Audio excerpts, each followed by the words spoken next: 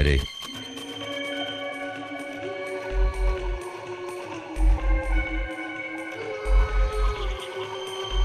Are you ready?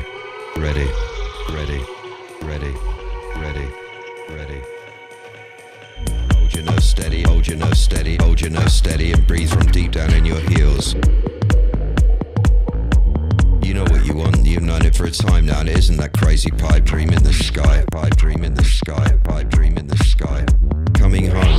Coming home, that's what you want. Coming home is what you wanted all the while. Back to this place where you've always been free. Back to this place where you can't fail to see everybody and everything is one. Everybody and everything is one. Everybody and everything is one.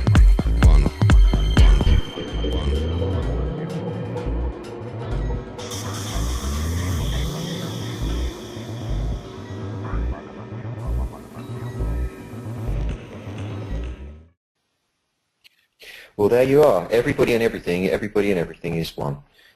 That's the gist of it all, isn't it? Because there I was thinking about fun a lot. I have been thinking about fun for many, many years. And one of the deepest trips I've ever been on, internal trips I've ever been on, where I seem to have direct communication with the very source of the whole thing, said to me, because my question was, what is the purpose? I was in my 30s at the time. What is the purpose of us being here? And it said to me, the purpose of you being here is to enjoy it. And at first, I wrote it down, and I didn't really kind of look at it for a bit. And then I looked at it afterwards and thought, was that it? That was it. That's the purpose of being here, to enjoy it. And it was fascinating because I was expecting it to be something much more complex and much more lofty or worthy or whatever that you'd imagine, wouldn't you? If the Tao spoke to you itself and was going to give you the big secret of what you were doing here, you think it'd be something more. But then I realized over the years, there isn't anything more than enjoying it. Then, of course, comes the conversation about what enjoying things is.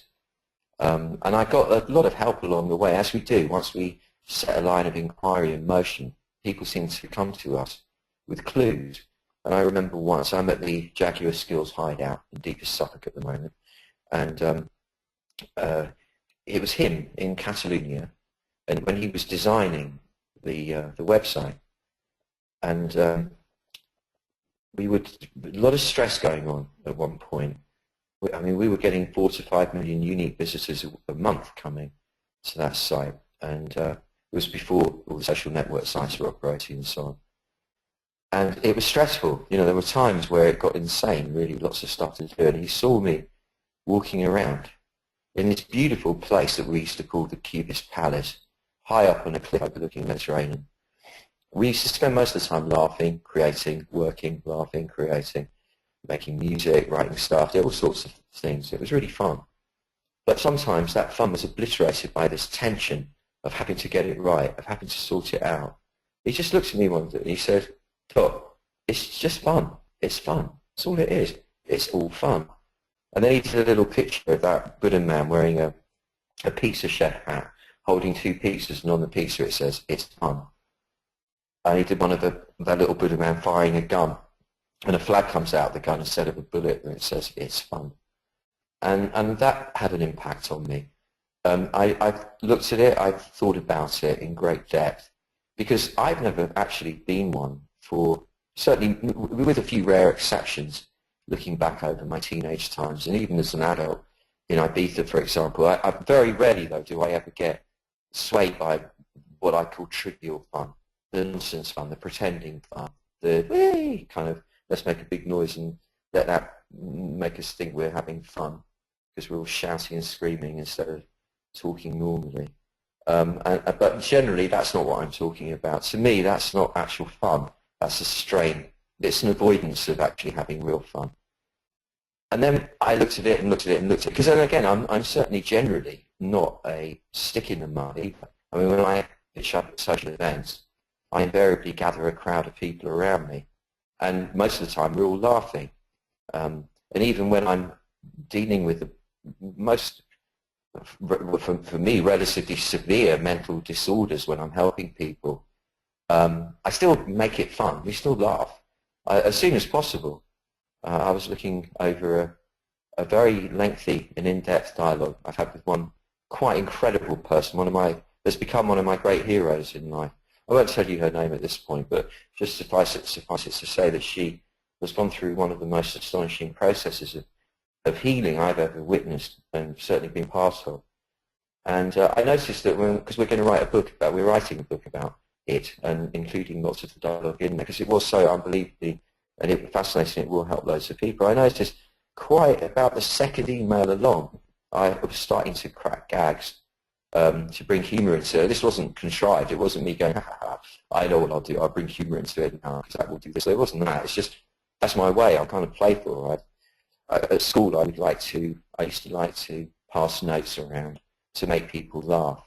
I have to confess, I'm quite often at the teacher's expense. And I paid for that because I got caught enough times. In those days, they used to give you the cane. Even that was fun, though, not because I was into being caned, but the theatre of it, extreme intense circumstances, and this is what I was coming to, the theatre of it is fun. It's deeply enjoyable being alive. Being alive is all there is. This is the gift. We think that we have to achieve things, we have to run about and become rich or become successful, or at least complete a project well, or do the job properly, just take care of our responsibilities efficiently, and all that sort of thing. And that if we do, we've succeeded in life. Well, I say that the real success, because all of that to me is just illusion and cover over, the real success is being able to look back when you die, and certainly without fear of passing on to the next dimension, because you're at peace with destiny, and look back and go, I really enjoyed that to the full. I could not have done more in each and every moment that came along there. I just used that one fully. And this kind of enjoyment that I'm talking about, bear with me here, implies transcending having preferences. This is one of the major tenets of Taoism. The reason Taoism is different from most other systems, incidentally, is that rather than give you rules or give you someone to admire and to emulate, they give you principles, and they give you little hints of how it will be when you start using those principles. So they don't say you must transcend preferences. They say that basically by practicing this system that we're doing in the satsang, so that it becomes the ground of your very being at all times, you'll notice that you do naturally transcend preferences. Some of that, and a lot of that actually, is to do with understanding that whatever you go for in the outside world, success, relationships, money, fame, freedom, whatever it is, a beautiful house, a trip around South America, I don't know, you have your own list, it will have its yin and its yang. Whatever you're looking forward to will have an equal amount of stuff that will perturb you and challenge you, because all manifest reality is subject, without exception, to the interplay of the yin and the yang rolling around each other, the negative and the positive, the contraction and the expansion. I must warn you that I can hear the Batmobiles pulled up. This is just coming back from a gig in Germany with a crew. There might be a bit of a noise if my hearing's serving properly. That would be okay, don't worry. But this is fun, isn't it? Knowing that whatever you go for will have its dark side, will have its responsibilities, will have its pitfalls, and so on. So that you know, there's the story about the old farmer, in the Taoist farmer. Bear with me if you've heard it many times before. I don't think it can be repeated enough. It's so succinct and jolly. The farmer had nothing really, little small hole here, a cart horse, a work horse, with the ones with the flared legs, a son, an able-bodied 21-year-old fit son, and this small bit of land. That was all the wealth in the world.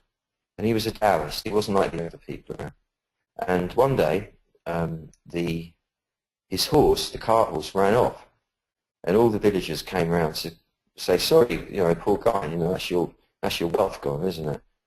And he goes, "Well, not necessarily so bad," which bemuses them. They don't understand how he could have that attitude, but they know that he practices Taoism, so they kind of make an allowance for it. Anyway, the next day, the car horse comes back with a beautiful wild stallion. Everybody gathers round to congratulate him on his extreme good fortune because, you know, relatively speaking, that's kind of like winning the jackpot. And his answer was, well, not necessarily so good. And they thought that he was being a bit negative, really, a bit ungracious. They went off, as people do, talking about him and so on. The next day, his able-bodied son got on the stallion to break it in and was thrown and crippled for life, actually. And all the neighbours came round to commiserate, because obviously this really was a tragedy. Horrible things that happened. And the Taoist, although obviously upset, you know, moved by the fact that his son was in this state, his answer was not necessarily so bad. Well, this was just too much for their, should we call it, bourgeois sensibilities, and they ostracised him. However, within 6 months, the Mongol hordes, led by Genghis Khan, swept down through the north of China. And all the able-bodied young men were conscripted into the army. Most of them, certainly all of them from that region and that village, lost their lives because the Mongols were very fierce warriors. But not the farmer's son, because he was exempt from military duty. And that's a parable to demonstrate how we must learn to not jump on having one preference over the other. Just let's wait and see how it turns out. Because if it looks one way, it'll probably present as the opposite before long. And that is a prerequisite for having the sort of fun I'm talking about. I can give an example.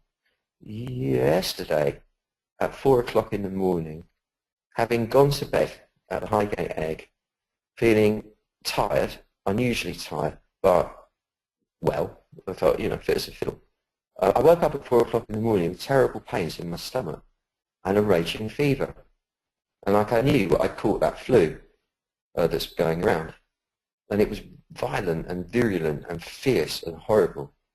And the first, because of the extremity of the pain, I got a bit scared. You do, don't you? Panic a little bit, especially at 4 in the morning, because I couldn't lie down. It was too painful. I couldn't stand up. I couldn't get in a comfortable position. And there was nothing I could really do to relieve it. I did use a few tricks which did help, massaging the belly in a certain way, pressing a few points, stuck a needle in here and there. But I was really tired as well, and fluid, you know, febrile. And I quickly, you know, it didn't take me long. It was a few moments. So firstly, am I going to die from this? Well, if I am going to die, I'm not going to argue with destiny. That's okay. You know, it's all fine. If that's the given moment for my death, I go there graciously. It's all fine. So I didn't have that fear in the way. And I realised that there was this tendency to panic. So I just thought, is that serving me? No. Do I want to drop it? Yeah. So I did. And then I got into the fun of it. I thought, look, this is what's going on. It's really difficult to stand up and walk to the bathroom for a pee. It's really difficult, say, in the morning to put a sock on. It was really difficult to have a shower. It was extremely difficult to do my training, but I did do my training because I had to work in the studio all day with Joe P. on the most amazing project, which I will tell you about in due course, because it is really for you. It's like these satsangs, but done on the most incredible, what I call electro dinner jazz music that we compose between us, and he's a master. Really is an incredible composer, classically trained, great jazz player. And it's beautiful electronic jazz, really. But lots of live instruments, with me doing my script, well, spontaneously made up meditation scripts. It's an hour long. There's more to it, but I'll get into that another time. That's fun for me. But I had to do my training in my voice training to get into that, because it was the day of finalising the vocals. I've been on it for 2 years now, this one. And I realised that I could look at this and feel sorry for myself. Oh, this is horrible. I can't hardly stand up. I'm in real pain. Maybe I'm dying. I've got to get to Ibiza on Tuesday. It's such a palaver getting down there in the winter. And like from the hideout, getting a cab to the station, get a train down to London because nowhere to park. Otherwise, getting a flight over there. No, and the chances I'll get there, go, I can't fucking sit in this place. I've got to go back to England, you know, and all that kind of stuff. Because I know myself well. Because I'm going there to mix an EP. So one of the tracks is the beginning of this thing actually is and I thought, do I want to feel sorry for myself, or do I want to have fun? And, you know, the rational voice goes, fun. How can you have fun feeling like this? And it was, yeah, I can. I could imagine that I take some psychotropic substance that makes you feel like this. Everybody's doing it because it's kind of fun. Nobody can say why. It's just weird sort of fun. Feeling fuzzy in the head and having pains come across your belly and having this absurd challenge of normally being able to do things like go to the shop or get in the car and drive or do whatever without thinking about it. Now you've really got to plan every single motion of your foot, your hand, your whatever, and deal with the pain and all the rest of it. This is fun. Now that's not coming from a madness for sure. It's coming from an acquiescence of what is. Then comes the gist of it, the nub of it. The Tao, if this is all one being, which it is, you have to take my word for that. After nearly 50 years, well, actually 50 years of meditating daily, often for very long periods of time, and a lot of martial arts, and finally getting to the point where I've integrated all that training into my everyday, all day long reality. I know myself, I would never wish to insist on what's true or isn't, but I know for me, this whole universe is one being. I've seen it, I know it, I've been it, and I know that's the same for all of us. We're just different faces on the same being. It presents itself, so remember, it's not physical. It doesn't present itself in one solid blob.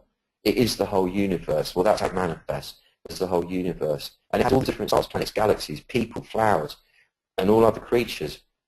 But just because these entities, you and I and everyone else, appear to be individuated, they appear to be discrete entities separate from others.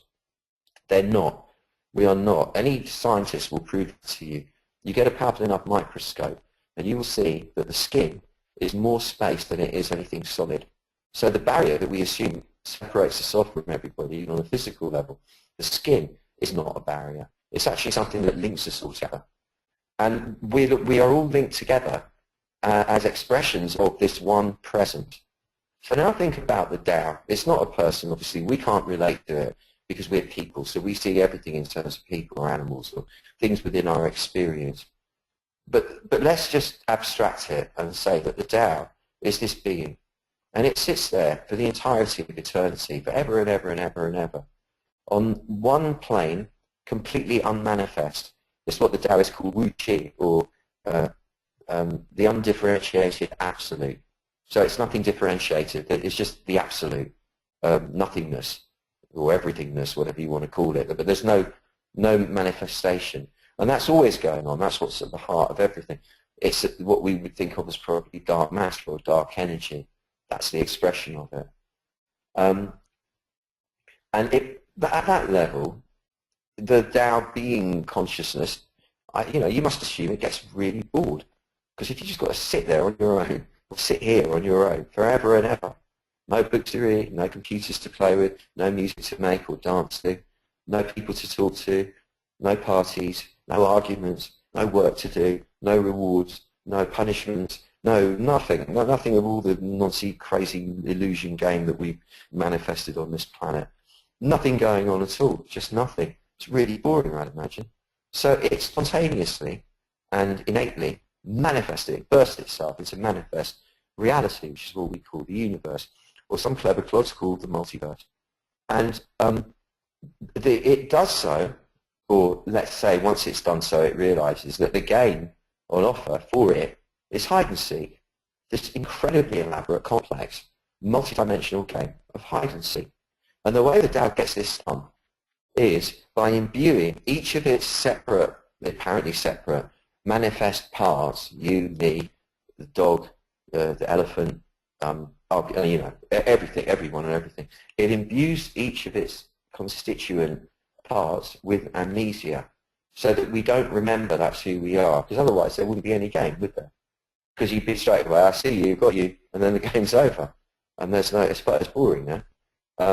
And so we're all imbued with this strange amnesia, but the instinct to know ourselves as who we really are is always there, of course. So there's always this striving, to yearning to know where we are, who we are, what is the Tao, what's our relationship with it. Across all idioms, not just the Taoists, of course, every so-called spiritual discipline or path has its drive as that. It gets distorted, it gets perverted, subverted, messed about with, and all the rest, because that's what people do. But that's what's driving it, this urge to know, for us to know ourselves as divine. And so, if you are able to back up inside, and I'll explain that properly, so you identify with this big presence of the universe, this Tao. And I mean viscerally identifying with it, not intellectually, not with your abstract concept mind, but with your body. You can actually feel yourself in your back rather than your front, as well as your front. But you're in your back where the background presence sits in you. And as such, you're connected to the big presence everywhere throughout time and space. This happens with practice. You feel it more and more. And as such, identifying with the big presence, you're getting the game, the hide-and-seek game. You're feeling the hide-and-seek game.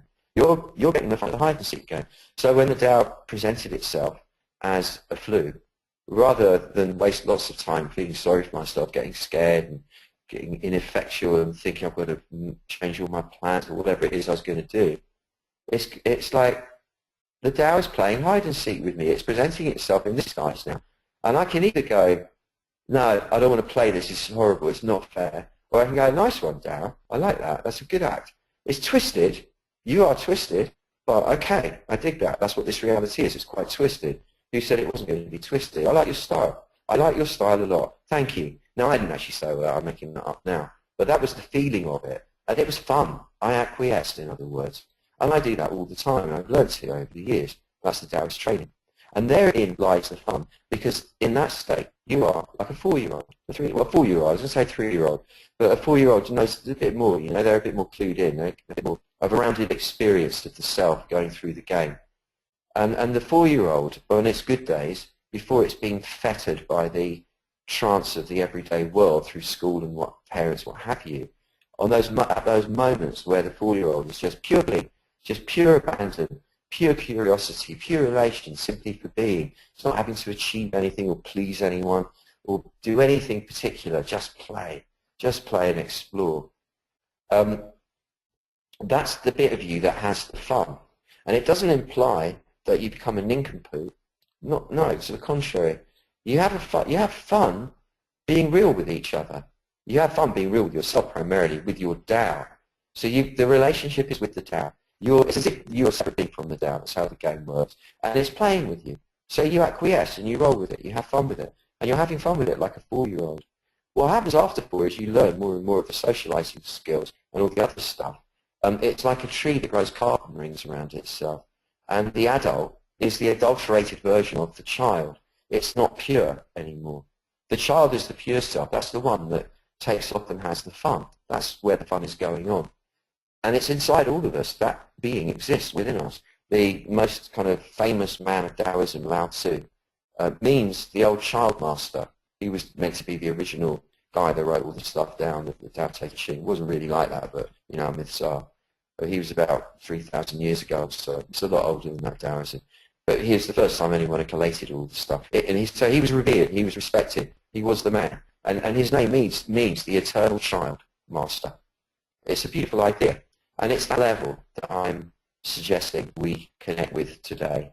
And especially in light of the silly season, I know that if we took a poll, some of you would be dreading being alone because you really think you should be with people and you're not going to be.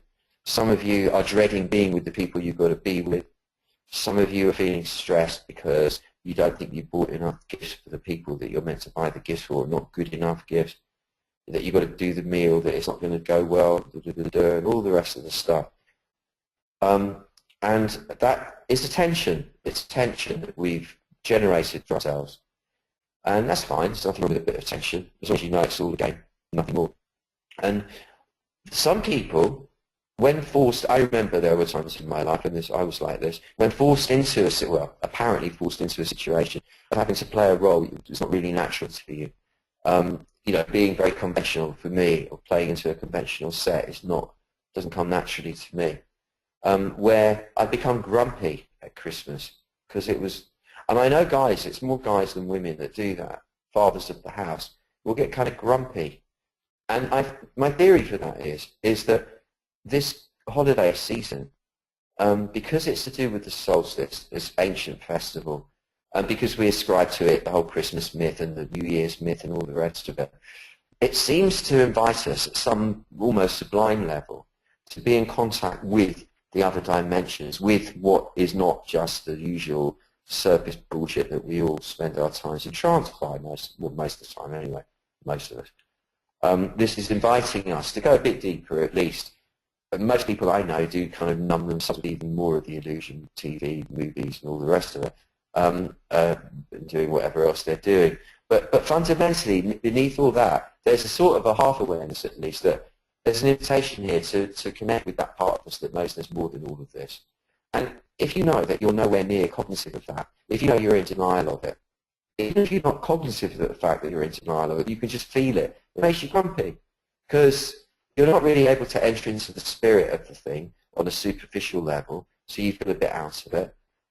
You're not able to enter into it in a profound way either, because that sort of just seems to be going against the spirit of the season, and so on and so forth. So there's this sort of sense of feeling sorry for yourself and what have you.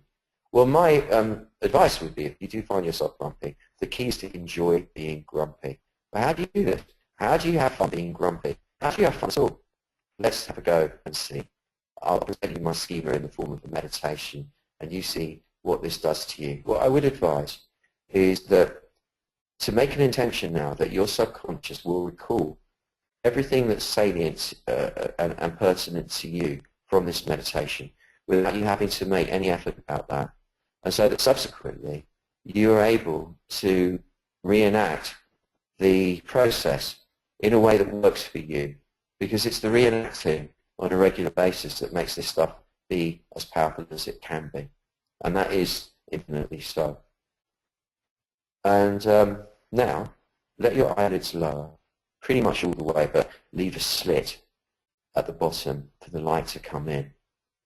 And as you come into contact with your inner world like that, become aware of your breathing and slow the breathing down. And bring your two wrists together and rub them on the little finger side. So I'm doing it now, so I hope you're hearing that noise. You're bringing your two wrists together, and the soft side of the wrist, obviously, the bit of the wrist in line with the little finger, at the base of the little finger, you're rubbing them up and down against each other, and you make them warm and tingle a bit. This opens up your heart meridian, and it enlivens your spirit, makes you playful when you rub it like that anyway. Then relax your arms and lengthen your spine. Stop crumpling yourself up. Be bigger now in every way. So get the feeling that the crown of your head is urging itself up towards the ceiling, that your shoulders are urging themselves down and out so that you're broadening across the chest. And your breastbone wants to raise up of its own accord. Not too much, just a bit. You mustn't arch your back when you do this. Keep the back still. But raising the breastbone is a gesture of rising up to all that is beautiful. And by that I mean all that is fun. That's what you're doing now. You're rising up to all that is fun, the beauty of the world. And breathing slowly and not holding your breath, very important. Noticing the belly rising as the breath comes in and falling as the breath goes out. And be thankful for the breath. You might want to say to yourself, thank you for this breath, because that is the elixir of life. That's what's keeping you alive. Now, you have your muscles. Now, when we talk about relaxing, what we mean is softening all the muscles. Like a master dancer or mistress dancer, martial artist, boxer, extreme sports person, the body, the muscles are relaxed while in the midst of action, and only the muscles that are required to be used are used. All the rest is softened. And you don't really need to use any muscles hitting here, so you can afford to soften all the muscles, really. And you could visualize from the crown of your head down over your face, over the sides of your head, the back of your neck, your throat, your chest, your shoulders, your arms, your fingertips, down the sides of your body, your chest, your breasts, your upper back, your middle back, your lower back, your belly, your lower belly, your genital area, your pelvic floor, your gluteal muscles, that's the buttocks, your legs, back, sides, front, down the lower part of the leg and into the feet and into the toes. Everywhere soft, nothing to be rigid for at all.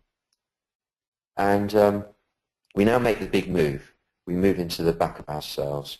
This is a strange thing to do because we're not used to doing it, but it actually is the most natural place to be.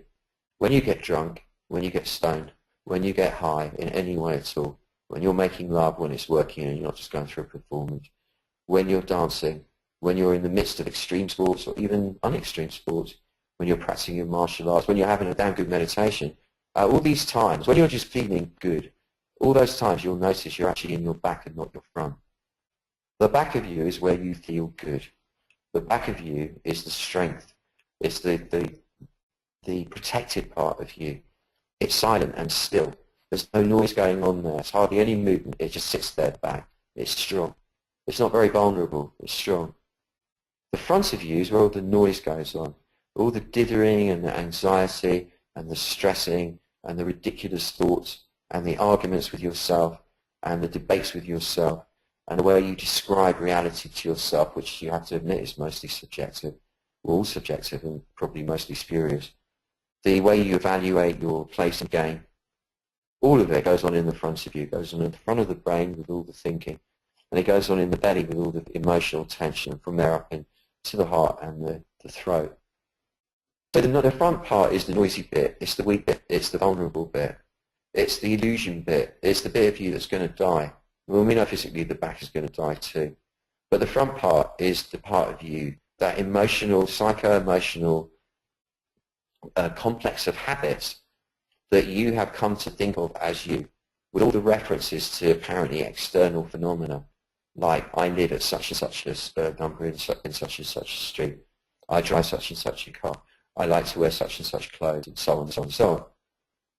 I'm in this relationship, these are my kids, these are my parents, this is my history, this is what I want, this is what I fear. All of that stuff, this illusion that we have spun for ourselves, occurs in the front of you.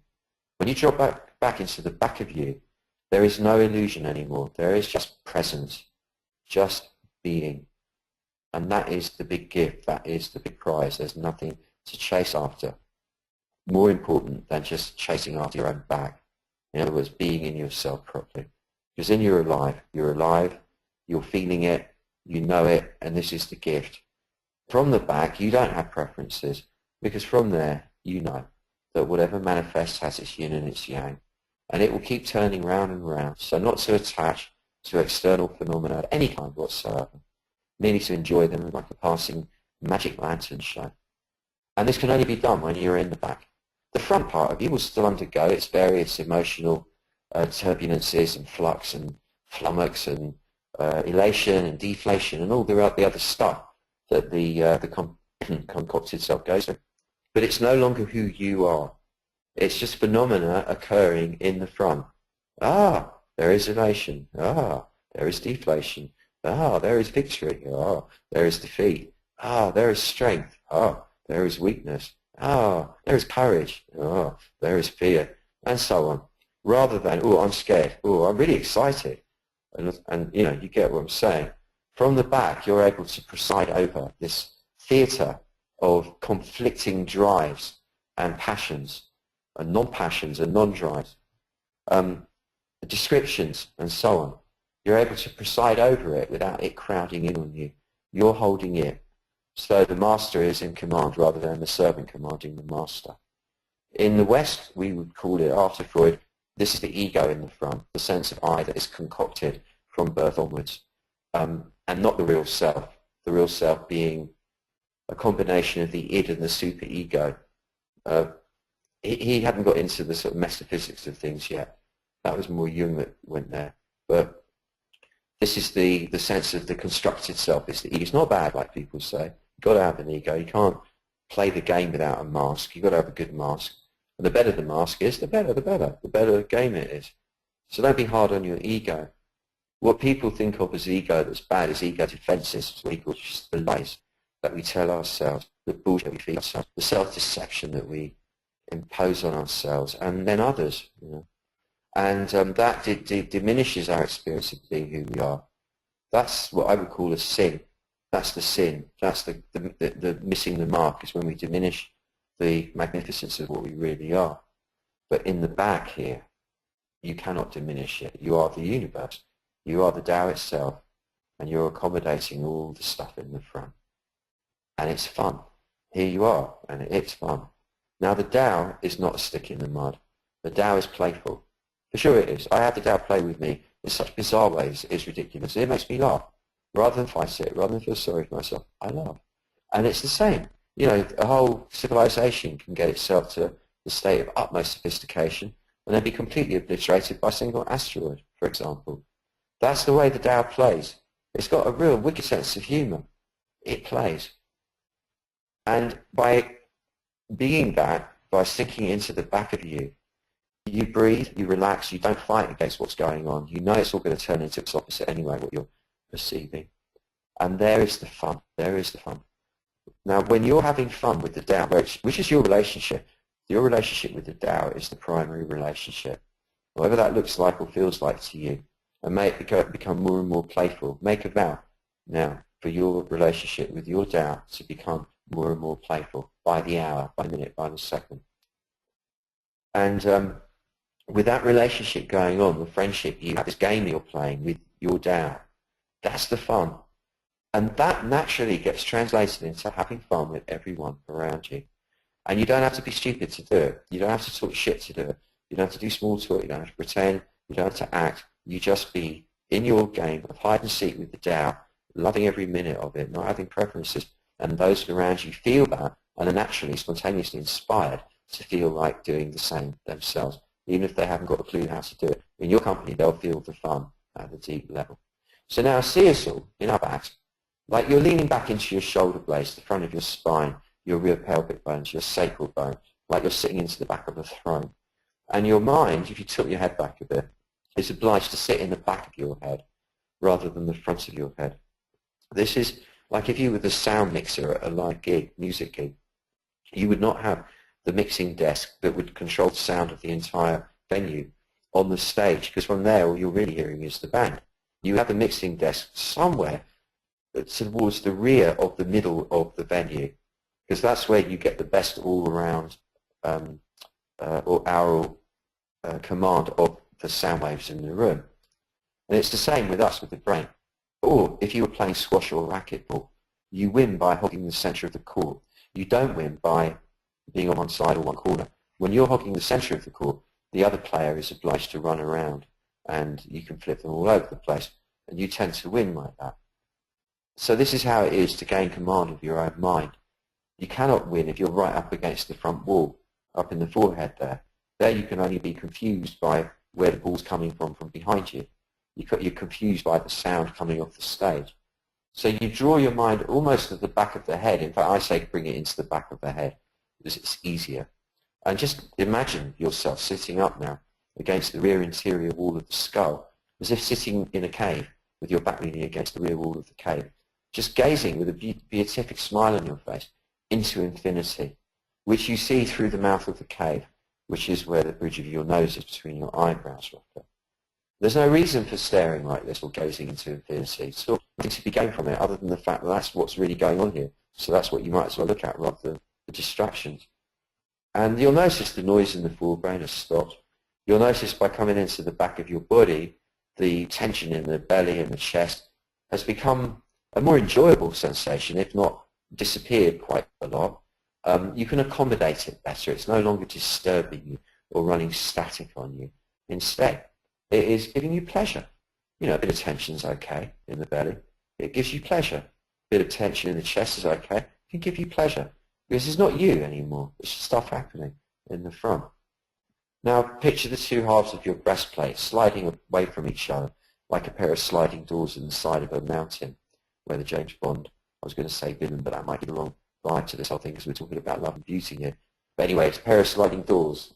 And the master is home. I just have to break this meditation for a split second. I've been loving Jaguar skills. Let's just arrive back. And it needed acknowledging that. Anyhow, the two parts of the breastplate open up to reveal in there your heart, the spiritual heart. A bit lazy of me calling it that. What I mean by not the physical heart that beats, not the muscle, but the center in you whence springs forth your love, your joy, your sense of fun, your gorgeousness, you as the beautiful child. Before all the artifice and the stiffness came in, that's your beauty. See it shining like the rose gold light, going everywhere, to everyone, like a child, trusting. Because you're an adult, you're safe, you know how to protect yourself. And in fact, when you're in your back, there's nothing to protect anyway, because the front bit doesn't really even exist. And you're transmitting this beautiful love far and wide, no exceptions, including, firstly, of course, everyone in here, but also to everybody on the planet. And that means even the most fucked up people out there, especially them, in fact. I don't know, this isn't just the nice people, this is for everybody. The love is so huge that it can bathe everyone without judgment or exception. This is the healing love. And now I'm going to introduce the idea of the violet ray. It's the ancient Taoist, one of the ancient Taoist magic tricks. I'm not suggesting that the violet ray is real, but you can touch it. But by seeing it, it activates some sort of energy that wouldn't be activated otherwise. And the Taoists, as well as most other traditions, say that the violet ray is the one that will trigger a quantum shunt, as in an exponential jump into the next level, up to the next level, into the next dimension. The growth of your being will occur by a quantum jump. And what we're wanting to do here is to divest ourselves of all the stiffness and all the unplayfulness, all the bit of us that feel sorry for ourselves, that gets into panicking and worrying about all the stuff. And instead, with that cleansed, feel ourselves radiating the pure joyfulness of our inner child for everyone's benefit, especially during the Christmas season. And you picture sitting in front of you a holy being, a radiant holy being sitting on a lotus flower, its legs in a lotus position, with a lotus in its mouth, a bit like, it's going to do the tango. I'm making this up, you can tell that. Eh? And it's got your face on it, though. And this face is really smiling at you. It's beautiful, this face. This isn't the face that you're used to seeing in the mirror. This is the face of the perfected Holy Soul. This is the face of the eternal you. And it's remarkable. This is the face of God in your image. It's smiling at you with such love and such acceptance, such radiance, such generosity, such joyfulness, and such playfulness, with such vitality and encouragement, that every cell in your body is triggered into an increased level of energy and aliveness. You can feel this sensation just coming from the smile. And you're aware that this smile is somehow subtly enveloped in a violet light, a violet ray, dual ray coming out of the eyes of the holy being. It's not freaky like a Dracula thing. It's quite subtle violet light, and it's quite golden as well as violet. It's warm. It's got rose in it as well. It's very warm. It's very soothing. And the violet ray is coming into your being, in through your forehead, and going all through the front of your body, and moving all the way around you, and wherever it goes, it is dismantling, in one quantum leap, all the calcification of the habits you've learned to get on in the world, to fit in with the world, to please people, and all the rest of it. It's washing all that away. It's leaving the bits that are useful, of course. It's leaving you all those tools. But it's washing away all the stuff you no longer need, the stuff that makes you feel sorry for yourself, makes you feel inferior, makes you feel superior, makes you feel judgmental, makes you feel fed up, makes you feel frustrated, irritated, and all the other stuff. It's washing all that away in one go, kabang. So the violet ray has cleansed you completely, and the front of your being is now empty for a brief moment in time. And now I'll induct the violet ray to the back of you as well. And now it's just soothing, it's strengthening the muscles, the spinal column, it's reinvigorating you, it's filling you with new life, new power. This is the power of infinity by a quantum leap, so that you're super powerful now and can withstand anything, no matter what. There is nothing that will ever break or kill your spirit, nothing in the entirety of existence and non-existence. And you say that to yourself, there is nothing throughout time and space into the furthest corners of infinity that will ever kill my spirit. And I'd like you to be aware that we're in a circle here, pretty much around the planet, and in all our different spots, in all our different time zones. Imagine us in the ether outside the atmosphere of the earth, and like angels sitting in a circle. And between us all, see us all holding hands, feel our love as a rose gold energy coming from the heart, but now enveloped in violet to make it cause a quantum leap, stream down onto the surface of the Earth, splashing there and radiating outwards from wherever it splashes down. And because it's coming from all of us and it's exponentially multiplied by the violet ray as well as by all of us, it almost instantaneously covers the Earth in a subtle blanket of rose gold light enveloped in violet. And even now, every single being on this planet, not just the people, but all the animals and insects and birds and fish and the trees and the plants and everything, is being touched by this love, this healing love. And it is instilling the very essence of fun at the most profound level in everyone. And now very quickly, almost instantaneously, be on the planet, be one of those people, and induct that energy in through every pore of your skin. This is our reward for doing all of this.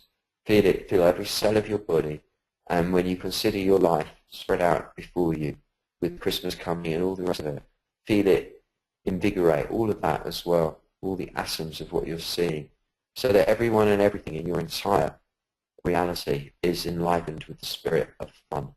And that wherever you go in the hours and the days and the weeks that follow this session, you will remember automatically to have more and more fun in each and every moment. And there will be nothing that can happen that will be able to throw you off that trail. You will now automatically default to being in a state of deep enjoyment all the time, moment by moment, through the shitty bits and the beautiful bits. All of it is going to be, and it's supreme fun. And in your mind, you just say, I accept it. And then when you're ready, open your eyes, and it's time for asking questions or passing comments. And as it's the last one of the season and of the year, I really invite you, as opposed to just invite you, to ask questions, stick your hand up if you want to speak, or just type them in, and let's connect. And that's the fun of it all for me. Okay. Hello. Hi. We've got some comments to start off with, Stephen, for you. And this first one is from M, who says, a big and heartfelt thank you to Barefoot and team for the satsangs this year. The ones I have attended have helped me boundlessly in 2014. I hope the good comes back at you massively amplified. Warm wishes and thanks to all fellow participants. Oh, what a lovely comment. Bless you, Em. Amazing. Yeah, thank you. I'm right with you on all those wishes. Thank you. And Jane says, hi Doc, over the past 10 years, on and off, I'm not a consistent kind of person. You and your work has shifted my perception and started an inquiry into life, existence and the universe. I have to say that now I am truly happy, if not exhilarated, with my existence, regardless of what else is going on around me in this crazy world generally. On reading and listening stuff and thinking, wow, that must be amazing, to, I know what you mean, Doc. I send you wholehearted gratitude for how you have helped bring about change in my life from me, my children and all those around me who have also benefited from this transformation. I wish for all the love and light you have helped generate in my life to be reflected back to you 100-fold and more. Oh, Jane, thank you. I really feel that in my heart. You've warmed me. Thank you. Bless you. Thank you. How lovely, and I'm so glad for you. That's brilliant. Good. Speechless. Okay, we have a couple more comments. Teresa says, big thank you for a year of wonderful satsangs and wishing for everyone that it brings a sack full of happy happenings over Christmas and 2015. Well, thank you. And it's, you coming, I have to thank you as well. Without people coming, this thing wouldn't happen.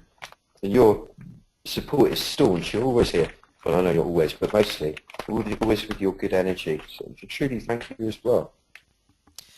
Bernard says, thanks Stephen for answering my question last week, finding it easier to tune into relaxation, which is making my daily practice easier. Good. It is the big key, isn't it? Bernard, I was trying to deal with the stomach pain, and I realised that I was tensing up physically against it, as we do. And I got myself to relax more and more, knowing that really is the key to the healing of all sorts of things. Just that relaxing, just letting go a little bit more, softening up rather than hardening up against things. It is the key to everything, isn't it? Thank you. Well, I think the satsang must have worked, Stephen, because we have no questions, but I do have a couple more comments. Malkit says, thank you, Stephen, what an amazing satsang. I wish you and Sue and everyone a fun Christmas. Thank you, and I wish you the same. I wish you the same. When is the next satsang series start? 4th of January. The 4th of January. Yeah. Fantastic. So there you go. The 4th of January, we'll be back with more. Just a couple more here. Dorcas says, greetings and blessings, singing and dancing and laughing, transmitting so much joy. Thank you. Oh, bless your heart. And Jen's question, Jen says, hi Doc, any thoughts on the Taoist approach to the Christmas tendency to overindulge and eat, drink and be merry? Can we love the moment a bit much and that just another mince pie? Well, that is a really good question, Jen. The Taoists, there are two schools of Taoism, the pure school, of which I'm an adherent, and the Tossers school, who are really rigid and don't have any fun. So the pure school is indulgent. You do whatever you feel like doing, whenever you feel like doing it, but you do it from the back of you. You do it mindfully. You do it knowing that every phenomenon that you're drawn to, whether it's red meat or wine or whatever else, is the Tao expressing itself. And what you find is, by being conscious of it, you stop doing things compulsively. It gives you that natural sense of having options. And that, I think, is the only way to approach overindulgence, is to relax into it, enjoy it, but do it mindfully. And that way, you won't be driven compulsively to overdo it. You'll find your natural balance. And in that state, when you've had a big blowout meal, you'll feel naturally inclined, when the food's gone down, probably, to do a little bit of qigong on the side of the room while watching television even, or talk to your beloved. It seems to make us do things that will balance things out for us. And you might find that with that approach, you don't overdo it in the first place anyway. But the main thing, if there is a rule, is to do whatever you feel like doing with the fullness of yourself in a state of gratitude, having fun, and remembering everything is Tao, and then the rest takes care of itself, more or less. Wendy said she just wanted to say thank you and lots of love. Thank you, Wendy. You're very, very welcome. I'm glad things are going well for you. I noticed an email from you saying so. And Mike is echoing Jane's original thank you to you as well. Oh, thanks, Mike. Thanks for the thanks. I appreciate it. I appreciate you all being here a lot. Really, bless you for being here. It's beautiful, isn't it? Thank you for coming. And Lloyd in Alberta would like to say happy holidays and great blessings to all. Nice, and to you too, Lloyd and Alberta. And a final comment here from Gabby, who says, I'd like to echo Jane's beautiful message. You have helped so many people who help so many people. The ripple effect is of sparkling miracles rippling through the Tao. So many deep and astonishing insights are lifting the energy of all and the universe. Thank you and blessings to all the season and beyond. Thank you, Gabby, because, you know, obviously there are times being human where I feel I'm just pissing in the wind. So it's so lovely to hear all this. It's wonderful. Thank you. And Elizabeth also says, good to travel with you for years now. Yeah, you too, Elizabeth. You too. Beautiful. How lovely. And thank you to Sue as well for all your stalwart work and holding the fort down, anchoring it all in technological reality. Well, happy holidays, merry seasonals, beautiful new year, and we see us in the new year. We'll be back on the fort with the spirit restoration session or sequence to restore our spirits. That's it, and that's all. Thank you. All my love to you. Bye. Bye. That's the one.